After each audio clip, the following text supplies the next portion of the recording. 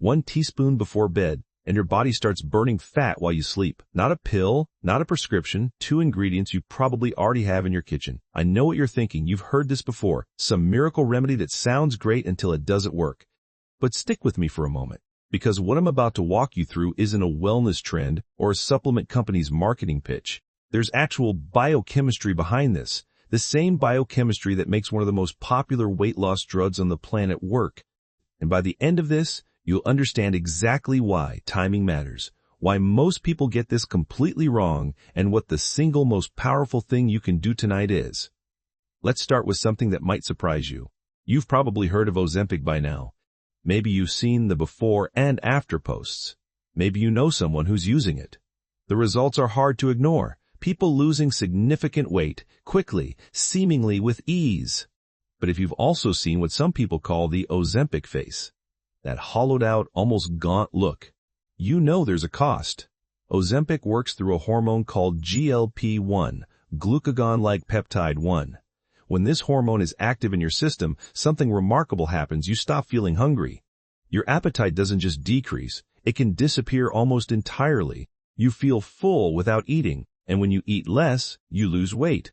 That's the whole mechanism. It's not magic, it's hormones. And here's where it gets interesting. Your body already knows how to make GLP-1. It does it naturally, every single day. The question is whether you're giving it the right conditions to do so, or whether your lifestyle and diet are actively working against it. For most people, it's the latter. Blood sugar spikes, chronic stress, poor sleep, processed food, all of these suppress your natural GLP-1 response, which is exactly why so many people feel hungry all the time, struggle to stop eating, and can't seem to lose weight no matter how hard they try. It's not a willpower problem. It's a hormone problem. And the 2 ingredients I'm about to share with you work directly on that hormone system. The first one is chia seeds. When chia seeds come into contact with water, something unusual happens. They absorb up to 12 times their own weight in liquid and form a thick, gel-like substance. If you've ever made chia pudding, you've seen this. What most people don't realize is that the exact same thing happens inside your digestive tract. When this gel forms in your gut, it physically expands and fills space. Your gut wall stretches. Stretch receptors send signals to your brain, and those signals trigger the release of GLP-1. Not a synthetic version injected once a week, your own GLP-1, produced naturally, in response to something as simple as a tablespoon of seeds soaked in water. But it doesn't stop there. Chia seeds are rich in soluble fiber, the kind that your gut bacteria absolutely love. When this fiber reaches your colon, the bacteria ferment it and produce something called short-chain fatty acids. These short-chain fatty acids travel through your bloodstream and stimulate additional GLP-1 secretion. So you're getting a double effect, the mechanical stretch response and the microbiome-driven hormonal response, both from the same handful of seeds. Now, one thing worth clearing up. You may have heard that chia seeds are a great source of omega-3 fatty acids. Compared to, say, salmon or algae oil, the conversion rate in the human body is actually quite limited. So don't rely on chia seeds for your omega-3 needs. That's a separate issue worth addressing separately. But for blood sugar regulation, gut health, and natural GLP-1 stimulation, chia seeds are genuinely impressive. The second ingredient is cinnamon, and this is where people often go wrong. There are 2 main types of cinnamon sold in stores. Cassia cinnamon, the cheap kind, the one most commonly sold in supermarkets, contains relatively high levels of a compound called coumarin, which in larger amounts may stress the liver over time. Ceylon cinnamon, sometimes called true cinnamon, comes from Sri Lanka and contains much lower levels of coumarin. It costs a little more. It's worth it. Ceylon cinnamon has been studied for its effects on insulin sensitivity.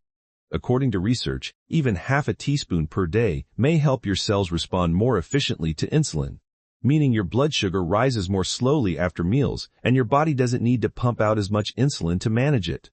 Why does that matter? Because insulin and fat storage are directly connected. When insulin is high, your body is in storage mode. Fat cells are locked. You cannot access stored fat for energy. When insulin is low, the locks come off. Your body can actually use what it's been storing. Cinnamon, through improving insulin sensitivity, helps keep those insulin levels in a more stable range, which means less fat storage and better access to the fat you already have. It also appears to reduce cortisol, the stress hormone that specifically targets belly fat. Chronic stress leads to chronically elevated cortisol, which tells your body to hold on to fat, especially around the midsection. It's not just a cosmetic issue. Visceral fat, the kind that builds up around your organs, is metabolically active in a dangerous way. It drives inflammation.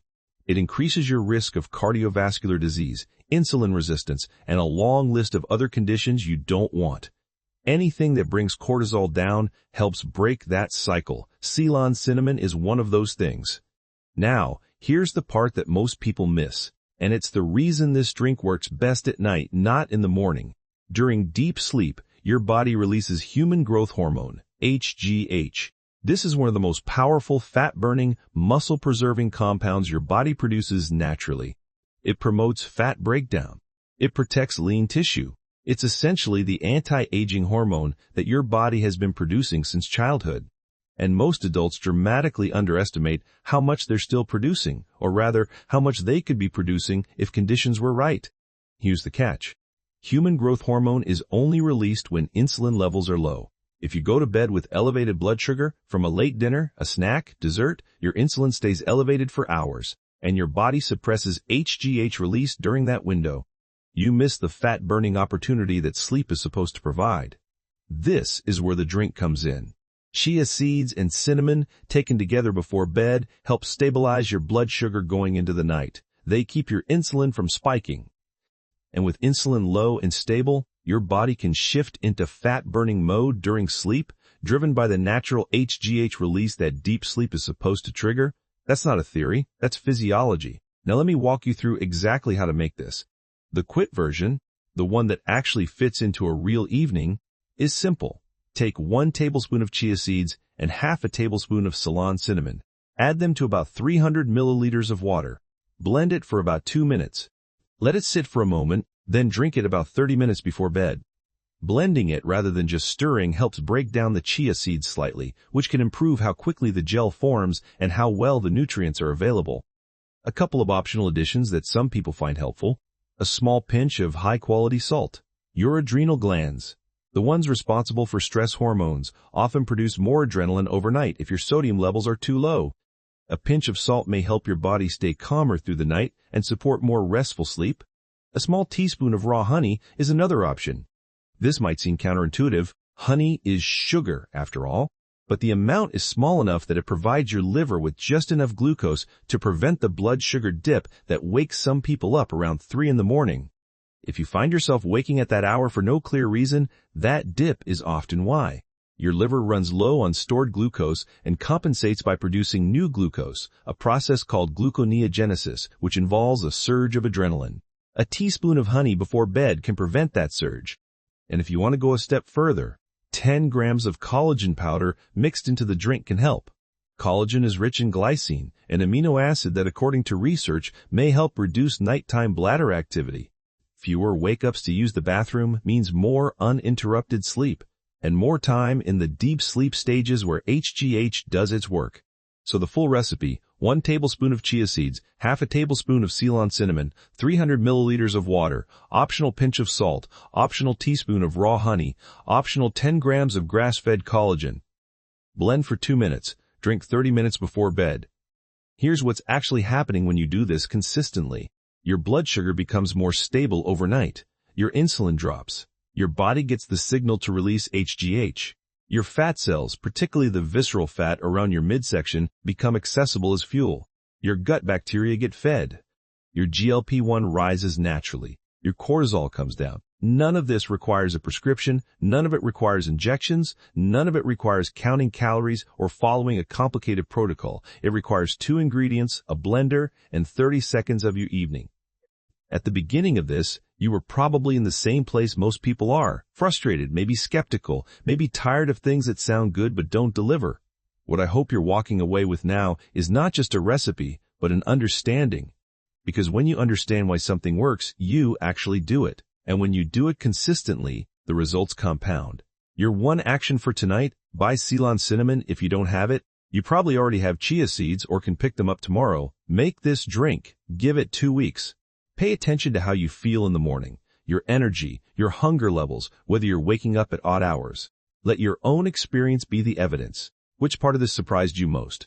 Was it the GLP-1 connection, the role of sleep in fat burning, or something else entirely? Tell me in the comments. I read them, and the answers genuinely shape what I cover next. Next week, we're going into something that almost no one talks about, why the timing of your meals may matter more than what you eat. The science here is newer than most people realize, and some of it will probably change how you think about breakfast specifically. If you want to catch that when it comes out, subscribing is the easiest way to make sure it lands in your feed. Not because algorithms need feeding, but because this kind of content tends to get buried, and I'd rather you find it than miss it. Everything in this video is based on current research and personal experience. It's not medical advice, and it's not a substitute for working with a healthcare professional if you have specific conditions or concerns. Think of this as what a well-read friend would tell you, not what a doctor would prescribe.